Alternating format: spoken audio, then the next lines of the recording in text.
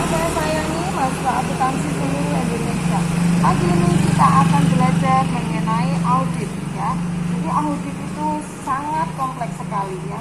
Dibutuhkan oleh semua sektor usaha, baik itu jenis usaha jasa, dagang, dan manufaktur.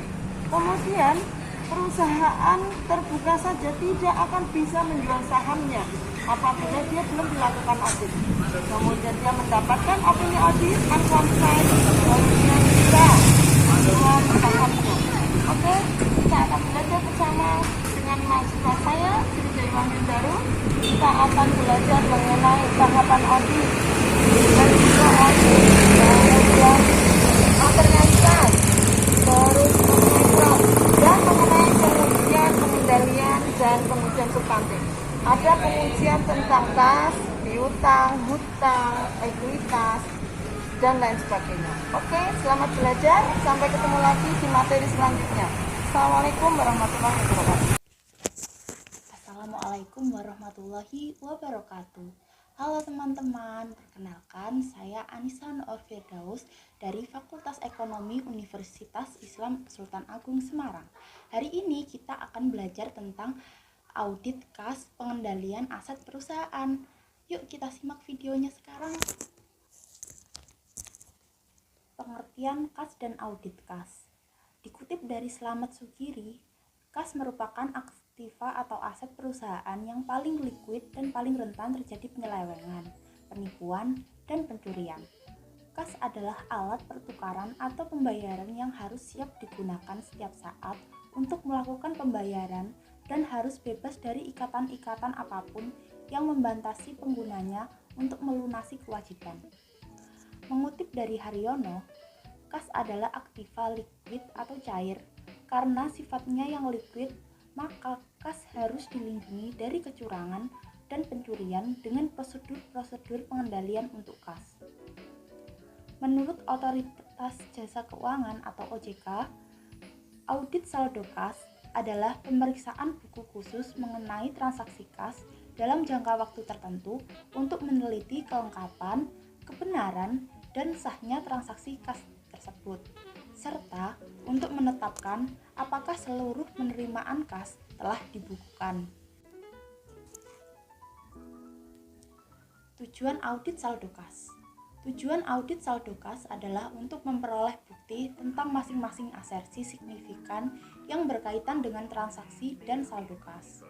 Tujuan audit ditentukan atas 4 asersi laporan yang dinyatakan oleh manajemen, yaitu asersi keberadaan, asersi kelengkapan, asersi hak dan kewajiban, dan asersi pelaporan dan pengungkapan. Asersi laporan audit kas. Yang pertama adalah asersi keberadaan. Asersi keberadaan adalah saldo kas tercatat benar-benar ada pada tanggal neraca. Yang kedua adalah asersi kelengkapan. Asersi kelengkapan yaitu saldo kas meliputi pengaruh semua transaksi kas yang terjadi, transfer kas antar bank pada akhir tahun telah dicatat pada periode yang tepat. Yang ketiga, asersi hak dan kewajiban. Asersi hak dan kewajiban yaitu klien mempunyai legal atas seluruh saldo kas yang tampak pada tanggal neraca. Yang terakhir, asersi pelaporan dan pengungkapan. Saldo kas telah diidentifikasi dan dikelompokkan dengan tepat dalam neraca. Tahapan audit. Yang pertama yaitu pra-perencanaan, yang kedua perencanaan, ketiga audit lapangan, dan yang terakhir pelaporan. Tahap pertama yaitu pra-perancangan. Pada tahap pra-perancangan, auditor menggali seluruh informasi tentang aset tetap pada perusahaan klien. Rincian pada tahap ini adalah sebagai berikut. Pertama, menilai bisnis klien, termasuk di dalamnya jenis usaha dan industri klien, segala bentuk peraturan khusus terkait bisnis klien, serta pihak-pihak internal yang berkepentingan di dalam perusahaan. Yang kedua, memahami kebijakan akuntansi aset tetap. Yang ketiga, melaksanakan prosedur analitis awal untuk mencapai pemahaman akan industri dan bisnis klien dengan membandingkan pengalaman tentang audit yang diperoleh di tahun sebelumnya sebagai perbandingan untuk perencanaan audit tahun berjalan.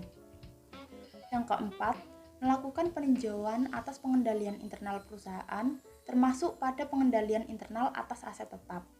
Yang kelima, penilaian resiko.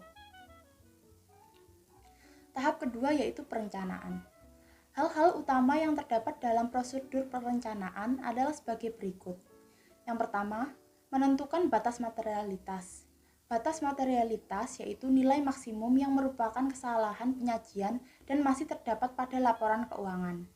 Akan tetapi, besarnya nilai tersebut tidak akan mempengaruhi penggunaan laporan keuangan dalam mengambil keputusan. Yang kedua, melakukan pengumpulan dokumen perusahaan. Pengumpulan dokumen yang berisi dokumen-dokumen permanen dan dokumen sementara yang dapat memberikan informasi dan terkait dengan aktivitas audit. Yang ketiga, pematangan audit program aset tetap, yaitu pengoptimalan proses audit yang akan dilakukan. Tahap ketiga yaitu audit lapangan. Saat melakukan audit lapangan, auditor melakukan dua pengujian, yaitu uji pengendalian dan pengujian substantif. Pengujian pengendalian merupakan pengujian yang dilaksanakan terhadap rancangan pelaksanaan suatu kebijakan atau prosedur struktur pengendalian internal. Pengujian pengendalian ini dilaksanakan auditor untuk menilai efektivitas kebijakan atau prosedur pengendalian untuk mendeteksi dan mencegah salah saji material dalam suatu asersi laporan keuangan. Yang kedua, uji substantif. Pengujian substantif adalah prosedur audit yang didesain untuk menguji kesalahan dalam nilai rupiah yang mempengaruhi langsung kebenaran dari saldo-saldo dalam laporan keuangan.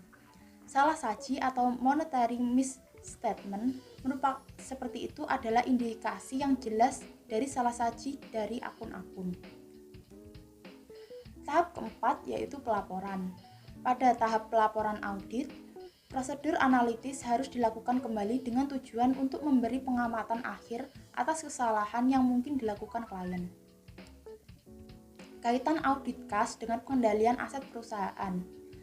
Dalam siklus akuntansi pendapatan, pengeluaran, pembiayaan, investasi dan jasa personalia, kas akan berkaitan langsung, kecuali dalam siklus produksi tidak mempunyai transaksi yang berkaitan langsung dengan kas.